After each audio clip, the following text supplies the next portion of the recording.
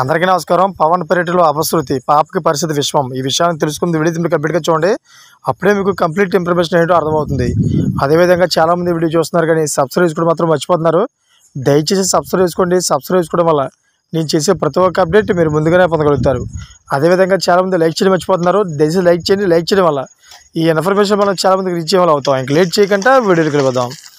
Friends, AP deputy CM Pawan Kalyan Krishna జిల్లా కంకిపాడు మండలంలో పర్యటిస్తున్నారు. పంచాయతీరాజ్ శాఖ నిధులతో కంకిపాడు మండలంలో చేపట్టిన అభివృద్ధి పనులను పవన్ కళ్యాణ్ స్వయంగా పరిశీలించారు. అయితే పవన్ కళ్యాణ్ ఈ పర్యటనలో ఉండగానే అక్కడ ఒక అపశృతి చోటు చేసుకుంది. పవన్ కళ్యాణ్ను ప్రత్యక్షంగా చూసేందుకు గొడవరు అదేవిధంగా గ్రామానికి వచ్చిన ఓ బాలిక అక్కడ రద్దీ తట్టుకోలేక స్పృహ కోల్పోయారు. పవన్ కళ్యాణ్ను చూసేందుకు భారీ సంఖ్యలో జనం తరలి వచ్చారు. ఆ రద్దీ మధ్యలో బాలికకు ఊపిరాడలేదు. దీంతో బాలిక స్పృహ తప్పి కింద పడిపోయారు.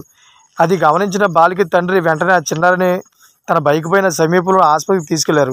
అయితే ఆ రద్దీ మధ్యలో వెళ్లడం కూడా ఇబ్బందులు ఏర్పడినట్టు తెలుస్తోంది. మరోవైపు పవన్ కళ్యాణ్ కంకిపాడు మండలం గడవరు గ్రామానికి వెళ్ళి అక్కడ జరుగుతున్న రోడ్డు నిర్మాణ పనులను పరిశీలించారు.